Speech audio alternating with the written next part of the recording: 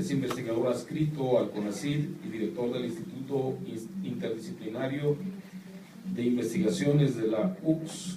El tema es derechos laborales y del ejercicio profesional de periodistas. Muchísimas gracias.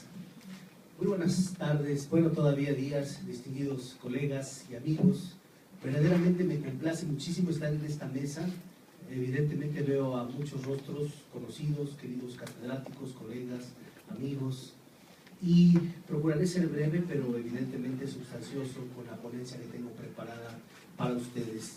Miren, la ventaja de ser el último en una mesa como esta, que evidentemente ha congregado extraordinarios comunicadores, es que podemos ya generar un punto de vista que sea también acorde con todo lo que se ha plasmado. La verdad es que estoy totalmente de acuerdo con las vertientes que hoy se exponen en esta mesa. Y estamos prácticamente en una misión ineludible de tratar de resolver esas problemáticas que no es nada sencillo. Grosso modo, yo me centraré en dos aspectos generales que voy a proponer. Pero el primero se basa precisamente en el establecimiento que todos debemos tener sobre los derechos a los que podemos acceder como periodistas, como comunicadores. Yo soy doctor en Derecho, pero también soy licenciado en Ciencias de la Comunicación y ejercí el periodismo durante mucho tiempo. Y cuando ejercía el periodismo teníamos exactamente los mismos problemas que tenemos ahora, solo que ahora están y son más profundos. Ahora los advertimos con mayor claridad. Siempre hemos tenido conciencia que la labor del periodista es complicada, riesgosa y mal pagada. Eso desafortunadamente es una realidad y que coincidimos todos en este panel en ello. Pero ¿qué pasa cuando desconocemos los derechos a los que tenemos acceso como profesionistas, como profesionales, y que además no solemos exigirlos por tal o cual determinada cuestión? El primer paso es que cuando el ejercicio profesional del periodista se divide en dos vertientes, una tiene que ser los derechos laborales y otra los derechos a los que podemos acceder como profesionales del periodismo y la comunicación. El primer rubro, los derechos laborales. Todo individuo en México que presta un servicio personal, subordinado y remunerado, tiene derechos. Yo preguntaría, ¿cuántos de los que ejercen el periodismo están dados de alta en el IMSS y tienen su seguro? ¿Cuántos tienen la expectativa de llegarse a jubilar? ¿Cuántos tienen la expectativa de contar con un reparto de utilidades, con pago de vacaciones, con pagos de aguinaldos, entre otros rubros que están perfectamente bien delimitados en la Ley Federal del Trabajo? Y nadie ha dicho que esta ley es solamente para los profesionistas que no sean comunicadores. Lo que pasa es que en algunas ocasiones, cuando somos contratados por las empresas periodísticas, creemos que con el salario que nos ofertan es más que suficiente y nos damos por bien servidos. La primera voz que debemos levantar es la de nosotros en el momento de incorporarnos al ejercicio profesional. Como dije en un principio, todo individuo en México que presta un servicio personal, subordinado y remunerado, tiene derecho a todas las prestaciones que marca la ley. No es un lujo, tampoco es una canonjía extraordinaria o un privilegio de pocos, es el derecho de todos los mexicanos. Ese es el primer punto que debemos tener muy claro, que no ver nuestra profesión abaratada o pensar que nos hacen un favor con permitirnos escribir en un prestigiado medio de comunicación, sino que ellos están sirviéndose de una gran labor que llevamos a cabo todos los días como comunicadores. Cuando tenemos conciencia de nuestros derechos y somos capaces de exigirlos, estaremos venciendo uno de los primeros rezagos. Porque, como bien se ha dicho en esta mesa, el periodista es visto como un prestador de un servicio profesional que no amerita todas esas canonjías. Ese es un error grave. Cuando estamos en el ejercicio profesional, queridos asistentes, también tenemos derecho a capacitación, lo dijeron muy bien en esta mesa, pero la capacitación también es una obligación del patrón en la Ley Federal del Trabajo. Todo patrón tiene obligación de capacitar a su personal para el mejor ejercicio profesional. Y yo les pregunto cuántos son capacitados recientemente sin que les cueste, o que sea en domingos cuando no les pueden descontar sus horas de trabajo laborables. Eso también está previsto, pero no se hace porque desafortunadamente es visto como una carga económica y una pérdida de horas efectivas por parte del patrón, y que el periodista deberá buscarlo con sus propios medios y en los días que no entorpezca su labor como comunicador. Lo importante aquí, distinguidos asistentes a este foro, es entender que desde la perspectiva laboral debemos conocer a profundidad nuestros derechos para poderlos exigir, y esa es la primera misión que como comunicadores tenemos. Y el segundo rubro, los derechos que podemos ejercer específicamente en la profesión a la que hemos dedicado nuestras vidas. Y esto yo lo centro en tres grandes rubros. El primero, el ejercicio de la libertad de expresión, que es un derecho humano consagrado en la Carta Magna 6 y 7 constitucionales.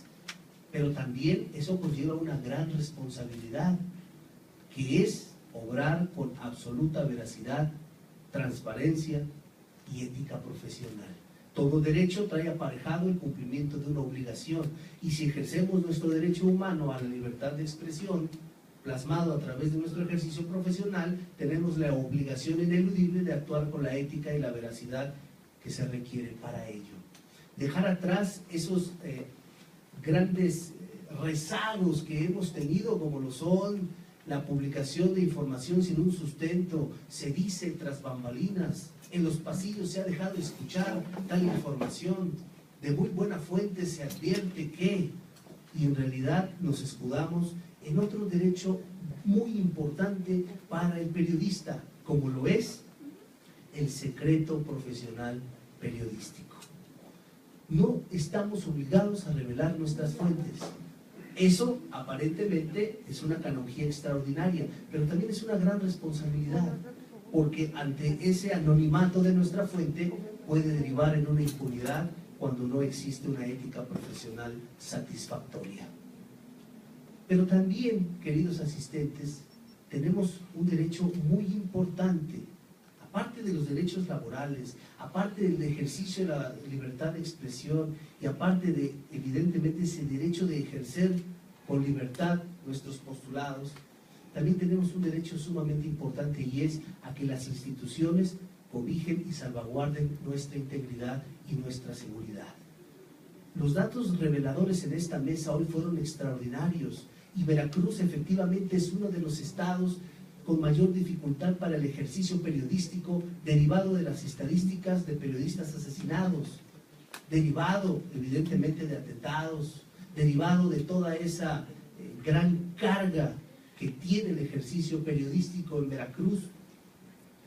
Y se ha proyectado una comisión estatal para la protección de periodistas que necesita replantearse. ¿Por qué necesita replantearse? Y lo he dicho claramente siempre. La Comisión Estatal para la Protección de Periodistas depende de la Comisión de Derechos Humanos, organismo público autónomo. ¿Cuáles son las máximas facultades que tienen estos organismos cuando se enfrenta a una circunstancia que debe tutelar de un periodista? Emitir una recomendación. ¿Y esas recomendaciones son eficaces? Habría que analizarlo. La SEAP se ha convertido en una institución que cobija a los periodistas, que los escucha, que los canaliza a los entes jurisdiccionales correspondientes, pero que finalmente se sigue valorando como un ente únicamente receptor, canalizador. Necesitamos una institución eficaz que se consolide no solo desde el rubro de la atención, sino de la capacitación, de la asesoría jurídica, de la proyección, y lo más importante, que es el punto medular de mi ponencia, la colegiación y certificación. Miren, el empate tecnológico, y no es nada nuevo para todos, ha permitido que prácticamente todo individuo con un celular y conexión a internet se quiera hacer llamar a sí mismo periodista y comunicador.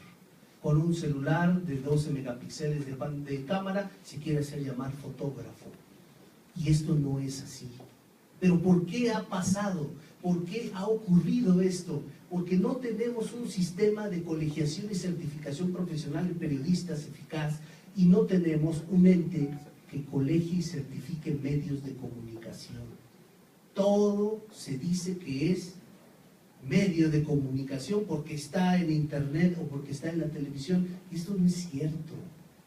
Esto requiere cubrir ciertos lineamientos que muchos desconocemos. Yo les preguntaría a ustedes, ¿cuántos saben generar un acta constitutiva de sociedad anónima de capital variable o de responsabilidad limitada para iniciar una auténtica empresa de medios de comunicación? ¿Cuántos de nosotros conocemos que hay un número de licitud, un número de derechos de autor y un registro de ISSN, mejor conocido como International Standardization Serial Number? Datos, números que permiten fortalecer el andamiaje de un medio de comunicación que se precie de ser prestigioso. Pero además es ineludible la responsabilidad que tenemos por hacer una separación extraordinaria entre aquel que informa todo aquello que advierte con sus sentidos y aquel que con una formación profesional es capaz de escribir auténticas notas informativas, auténticas columnas, verdaderos reportajes e informar a la sociedad, orientar la opinión de los individuos. Eso es la diferencia. Miren, recientemente en el ámbito jurídico se generó una ley que se llama Ley de Colegiación y Certificación Profesional. Pero esta ley dejó fuera a profesiones que no tienen nada que ver con el patrimonio, con la salud, ni con la integridad o la libertad. Prácticamente se obliga ahora a certificar a los profesionistas que tienen evidentemente relación con estos rubros que acabo de mencionar: patrimonio, libertad, salud, seguridad. Pero ¿qué pasa con el diseñador gráfico, con el comunicólogo y con otras profesiones que no involucran de entrada a ese rubro? Se quedaron fuera. La primera propuesta que yo abiertamente expreso es: la colegiación y certificación debe de ser para todas las actividades de índole profesional que la Secretaría de Educación Pública reconoce, y eso involucra el ejercicio periodístico. Si no nos separamos, quienes ejercemos el periodismo, de ese gremio de personas que transmiten y publican todo aquello que se les ocurre, seguirá denigrándose la profesión del periodista, porque no todos tienen esos niveles que a veces advertimos hasta con faltas de ortografía o toda y absoluta carencia de generación de textos de rigor. Tenemos que hacer una separación, ese es el primer reto. Tú eres periodista, claro, estás certificado, por supuesto, pertenezco al colegio de periodistas debidamente registrado ante la Secretaría de Educación Pública. Y el segundo reto, la segunda intervención de mi ponencia, es mudar de una comisión estatal para la protección de periodistas dependiente de la Comisión de Derechos Humanos, que hasta el momento no ha tenido la expectativa que se esperaba, y generar un instituto autónomo de protección de periodistas en Veracruz que con sus recursos tenga vertientes claras que involucren capacitación, orientación, asesoría jurídica. ¿Cuántos de nosotros hemos o sabemos cómo interponer una denuncia en la Fiscalía Especializada para la atención de periodistas? Y si no lo sabemos, ¿cuántos de nosotros tenemos posibilidades también de pagar un abogado especializado en ese rubro? Es desafortunadamente complicado, pero si tenemos el soporte del Estado a través de un instituto que verdaderamente cumpla con esas funciones, que preste asesoría jurídica gratuita y representación en juicio, que permita orientar y capacitar de manera constante al gremio de los comunicadores y periodistas, y que además sirva de manera eficaz para generar sanciones a los medios que no respeten los derechos laborales del comunicador, y si además esto lo aderezamos con una verdadera colegiación y certificación de los periodistas, estaremos dando un paso extraordinario para eludir todas estas problemáticas que de suyo venimos arrastrando hace ya bastantes años. Celebro y me congratulo por una mesa tan extraordinaria como esta. Personalmente me llevo también las aportaciones de mis distinguidos colegas y al mismo tiempo me sumo con estas propuestas para mejorar cada vez más la brillante labor que tiene el comunicador y los periodistas en este tan complicado ejercicio profesional en un contexto tan complejo como el que tenemos en Veracruz. Muchísimas gracias.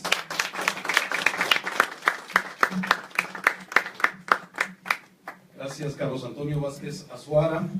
Finalmente hay luces ahí al final del túnel, parece que hay luces ahí, hay ideas, hay rutas, hay rumbo ante este escenario complicado, un escenario un poco retrasado que vivimos todos los días los periodistas, pero esos planteamientos muy concretos, muy específicos que se han venido dando desde la participación de Tere Arroyo, de Edgar Ávila, de la lectura de Miguel Ángel Barragán, con la ponencia de Adriana Canales, de Williams Cortés, de Osvaldo Antonio González y obviamente de Carlos Antonio Vázquez Azuara.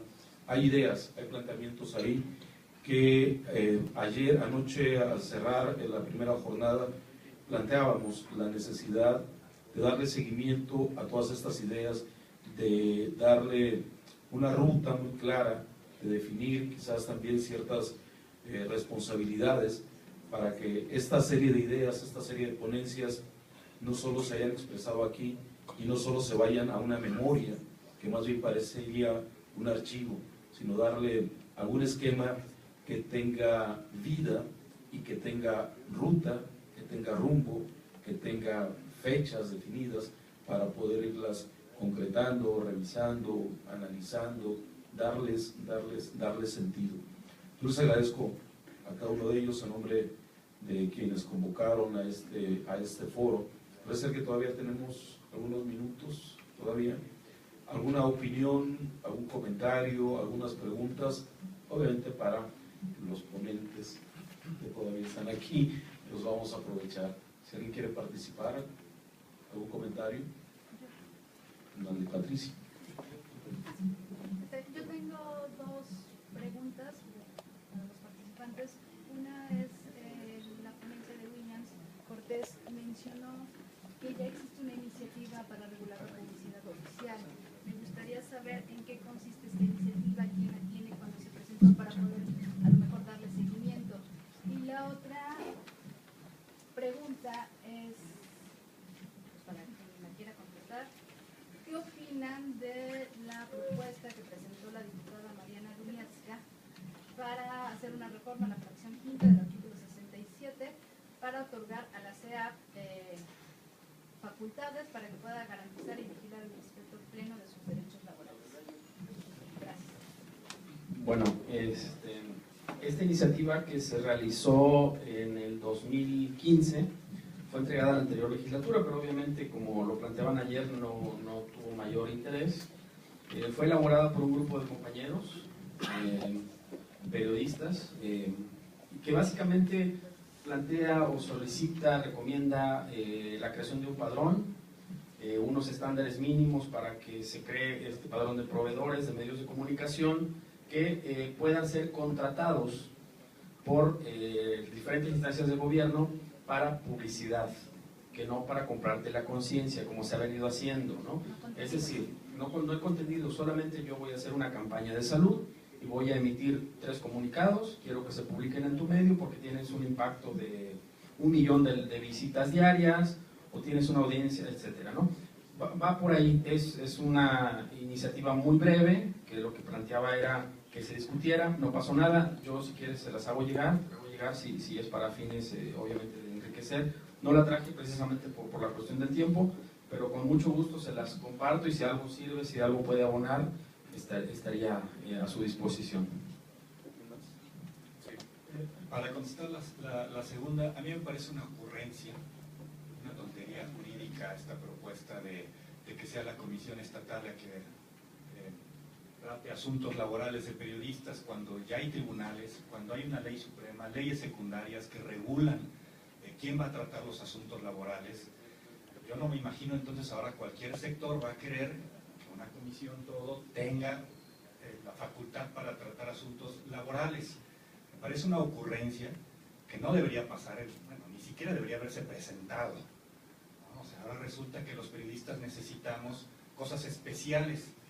No, somos iguales ante todos, ante la ley, entonces tenemos que acatarnos ante los tribunales que ya existen. Entonces yo creo que se debería de retirar esa propuesta, o sea, pedirle a la diputada que la quite. Yo no sé bajo qué intereses la presentó, pero debería retirarla. Me parece que no es sano. Carlos Antonio Vázquez. Gracias. Coincido con mi colega aquí en el panel, es correcto.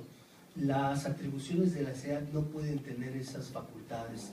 Y en todo caso, ya lo advertimos como una propuesta con el ánimo de ganar el aprecio de la comunidad, pero la verdad es que la naturaleza de la SEAT no tiene esa finalidad.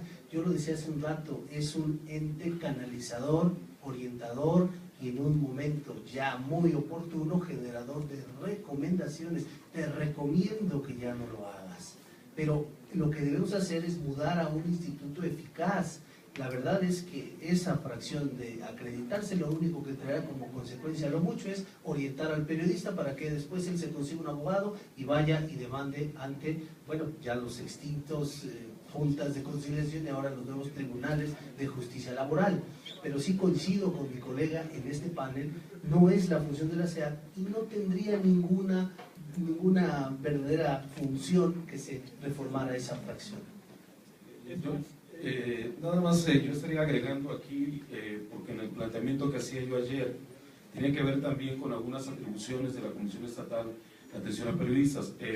Pudimos platicar unos días antes con la diputada Mariana Duniasca específicamente sobre esta parte, la responsabilidad, si es que tendría la SEAP en asuntos laborales. Entiendo que no la hay, o sea, no tiene facultades. Está, vamos, el marco jurídico laboral. Yo estoy en un medio, será con ese empresario, con esa empresa, en donde habría que tener pues ese contrato, esa laboral, ¿no? Se planteaba la posibilidad, obviamente tiene que haber una reforma incluso constitucional para precisamente migrar la SEAP a algún otro ente que tenga ciertas atribuciones o que pueda suplir en un momento dado temas, por ejemplo, el caso de la vivienda. El caso de la vivienda, cómo financiar la compra de una vivienda, por ejemplo. Poder darle atribuciones a la comisión, ¿no? Vamos, no va por ahí ese tema, pero obviamente sí coincidimos en que tiene que migrar, tiene que dársele facultades constitucionales incluso a ese nuevo ente para poder responder a urgencias inmediatas que tenemos los reporteros, los periodistas. Teresa. Yo nomás quiero comentar que, bueno, sí se debe especificar bien cuáles serían las funciones, porque yo hace mucho tiempo cuando estaba, si recuerdan la comisión esta de los periodistas que encabezaba el señor Perdomo, ¿sí se acuerdan? ¿Recuerdan? A mí me tocaba ir a las reuniones, yo iba en representatividad de RTV. Entonces yo me acuerdo que los casos que exponía el señor Perdomo de las supuestas atenciones que se hacían a los periodistas, yo a veces decía, bueno, es que todo, piden de todo, quieren que le resuelva y realmente que porque al sobrino de no sé quién le robaron su computadora, querían que la comisión interviniera y resolviera. Que porque el hijo de Perenganito de tal estaba enfermo, la compró el colegio, cuando realmente su objetivo fue creado para otra función, ¿no? Entonces, sí se debería de especificar bien o separarlo, esa es mi opinión. La doctora Lupita Mar nos ha pedido la palabra, doctora Lafita también, por favor.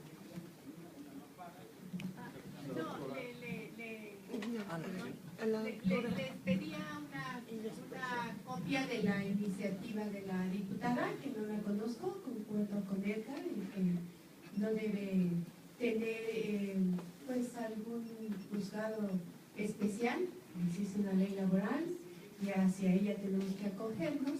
Y bueno, yo le pedía copia porque no conozco el contenido, no puedo opinar en profundidad, pero de inicio al escuchar cuál es el propósito, pues sí, te doy la razón.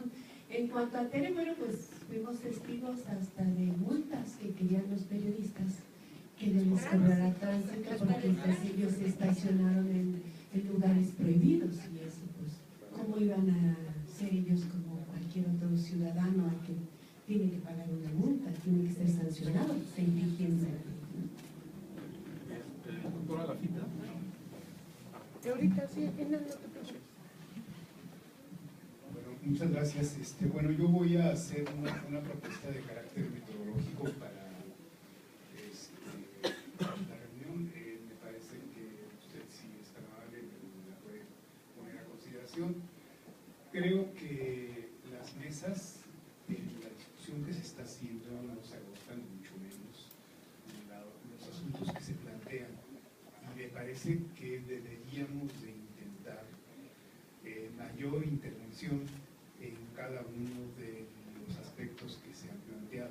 De esa manera podríamos tener como un poquito más colegiada la propuesta que finalmente pueda emanar de este foro, ¿no? En ese sentido, me parece que sería, bueno, yo pregunto si están de acuerdo, si sería correcto hacer una red de correos, enviar las ponencias de todos a todos los asistentes e interesados, incluso que no hayan estado aquí en este foro, para que se les dé la oportunidad de hacer comentarios en un correo que concentre todas estas intervenciones, y de esa manera también se pueda contribuir en un documento más completo y más pensado, ¿no? Creo que hay propuestas que merecen mucho la atención y la participación o consideración o corrección en algún sentido, y que hay que dar esa oportunidad. Bueno, y por otro lado, una noticia, si se me permite, ¿no? Les quiero recordar que este es el segundo foro que está haciendo la red, y lo que quisiera darles es noticia, aunque ya hemos hecho una conferencia de prensa también a los medios, que les estoy presentando un cartel de un tercer foro, que es el foro de seguridad ciudadana, que va a tener verificativo también en este congreso el día 23 y 24 del presente. Están todos ustedes invitados, y pues no quería desaprovechar la posibilidad de esta información, porque al término de la siguiente mesa ya estamos completos. Muchas gracias. Sí, bueno, evidentemente pues yo estoy de acuerdo en circular las propuestas, pero me parece que también hay que hacer un compendio y entregárselas a los diputados, que veo que algunos de los diputados que han venido desde ayer y hoy, pues parece que no les interesa. Entonces hay que llevar las propuestas cubículo por cubículo. A ver, aquí están, hagan algo en lugar de estar haciendo ocurrencias, ¿no? Es muy fácil para ellos, voy a intentar esto, no, aquí hay propuestas.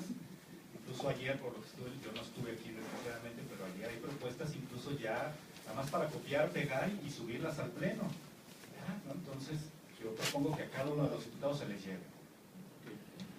Perdón. Pero yo también hago un exhorto respetuoso, aprovechando que estamos en un recinto legislativo. La verdad es que la academia es poco tomada en cuenta para las propuestas legislativas, y esto ha sido siempre un gran problema. Hay foros, hay congresos, hay conferencias, hay eventos de gran magnitud, y todo lo que se escribe queda en el papel, porque normalmente los cuerpos legislativos integran comisiones, que a su vez integran asesores, pero estos no se toman en cuenta a la parte académica. La verdad es que es preocupante. Yo coincido con quien intervino hace unos instantes, en que debemos generar todo ya una estructura de propuesta, pero además otra cosa, olvidamos que en Veracruz tenemos una figura jurídica que se llama iniciativa popular. Normalmente cuando nosotros llegamos con el legislador y le decimos, mira, aquí hay una propuesta, nos endulza el oído, nos dice que lo va a tomar en cuenta, que lo va a turnar, y al final duerme el sueño de los justos.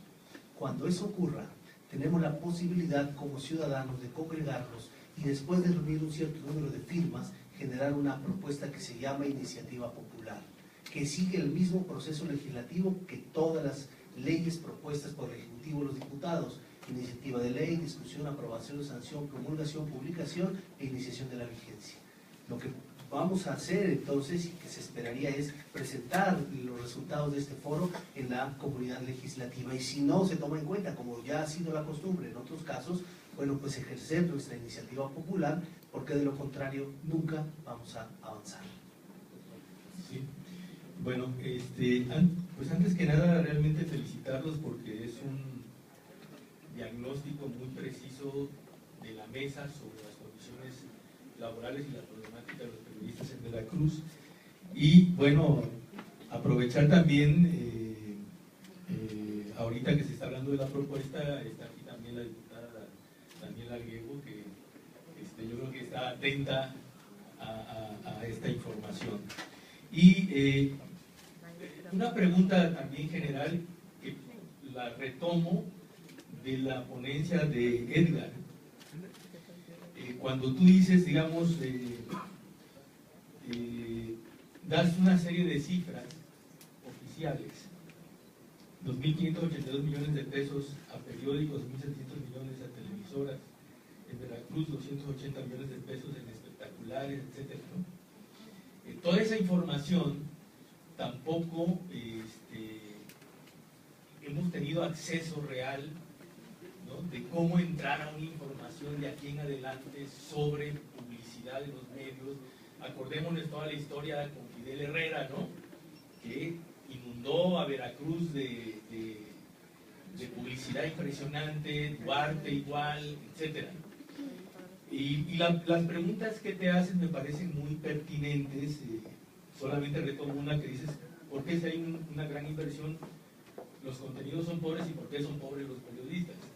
¿No? Y parecería como que junto a eso la pregunta sería, digamos, con las propuestas que ustedes están haciendo, la pregunta sería, ¿por qué se le da tanto dinero a los empresarios y los empresarios no revitalizan el medio?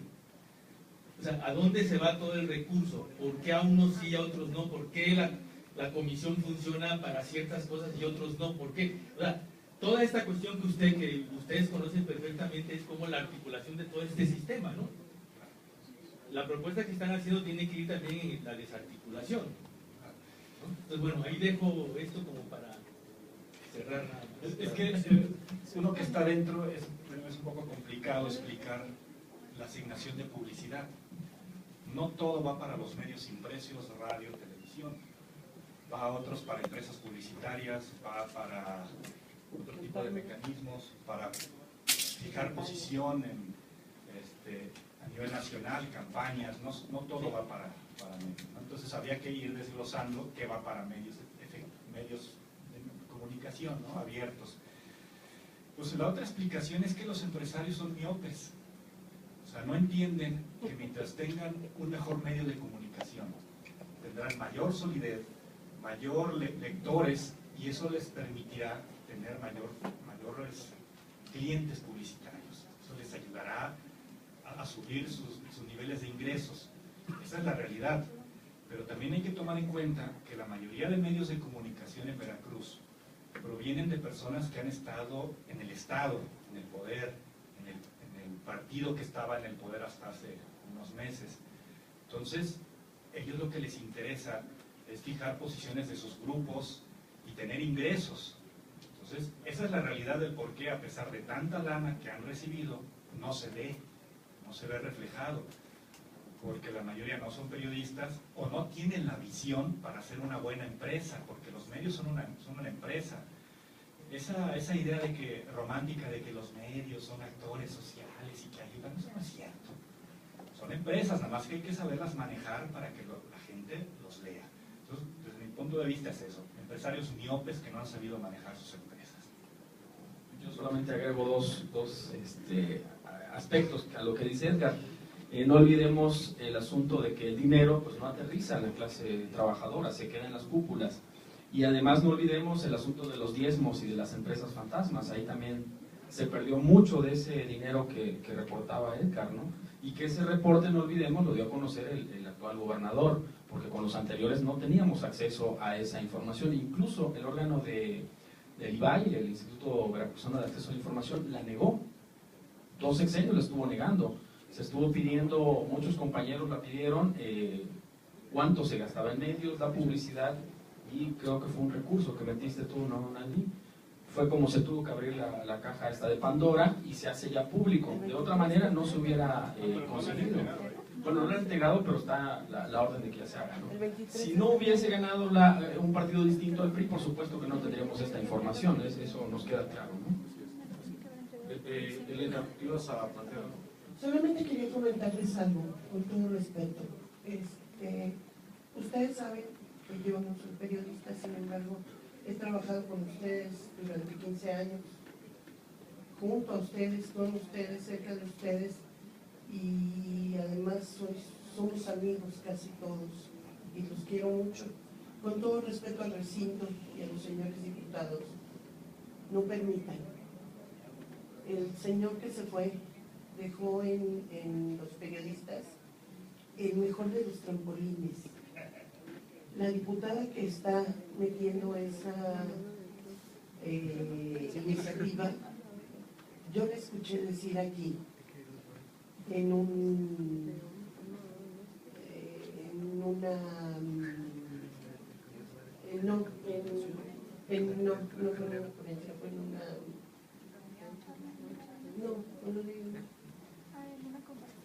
comparecencia que ella sufría los periodistas en carne propia. Señores, perdónenme, nadie puede sufrir en carne propia, ni tiene la menor idea, con todo respeto. Que no los ocupe, yo quisiera decir que no los ocupe, pero entonces me voy a poner como ella, ¿no? En sus zapatos. Que no los ocupe de trampolín. Lo único que ella quiere son los reflectores para ganarse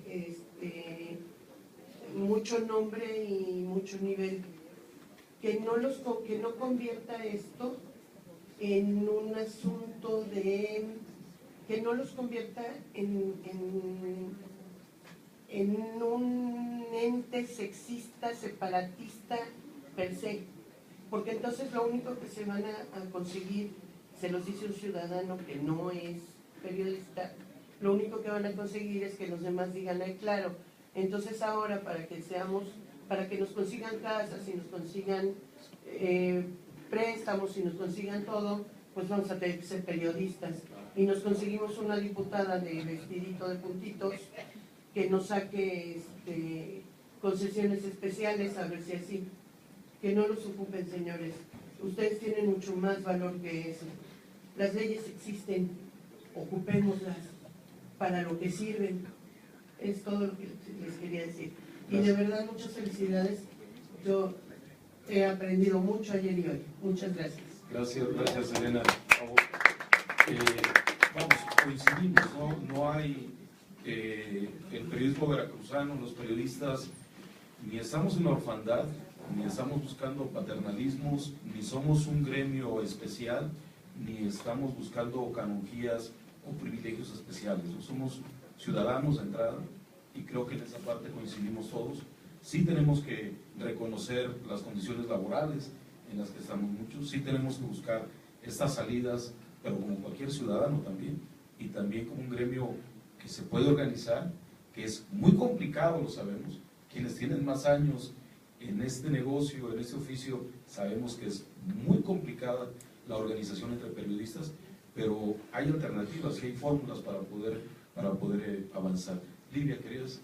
Sí, mire, bueno, preguntarles a ustedes, este cierre de medios pues no es sintomático de una crisis, pues si la es, que me digan.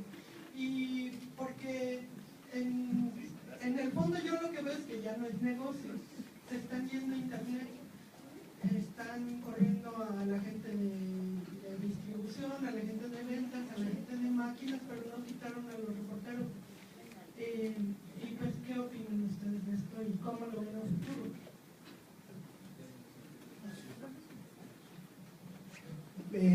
Indudablemente, el cierre de medios de comunicación es un problema multifactorial que puede obedecer a la crisis económica, a la falta de recursos otorgados por el Estado, donde gran parte de los medios quizás subsisten más que por el comercio de particulares o por la información o los recursos del sector privado, por el sector público.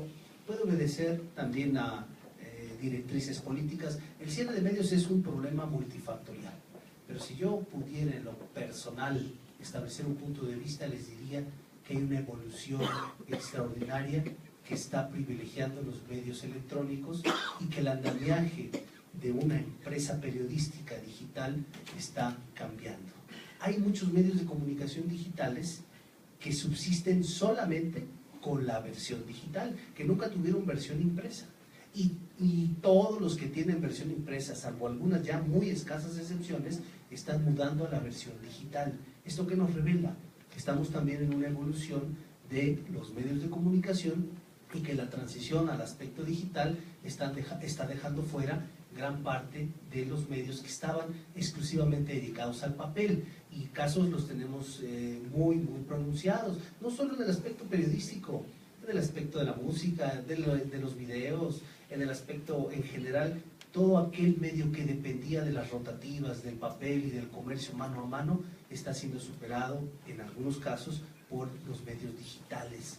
Y esta evolución no lo vamos a detener, va a seguir y será cada vez más intensa. Y algunos expertos afirman, no coincido plenamente con ellos, que eventualmente los medios impresos tendrán que ser ya prácticamente superados por la versión digital. Pero bueno, quizás esta es una de las razones, que es un problema multifactorial, indudablemente lo es. Bien, pues el tiempo nos ha comido, hemos agotado la agenda. Hay la propuesta muy concreta del maestro Alafita y la compartimos todos, tengo entendido, de crear esta red de correos, y platicaríamos con quienes convocaron, son quienes tienen la cantidad total de ponencias, y para hacerla circular. Pues les agradezco, vamos a hacer un receso y a las 12 continúa la siguiente. Gracias.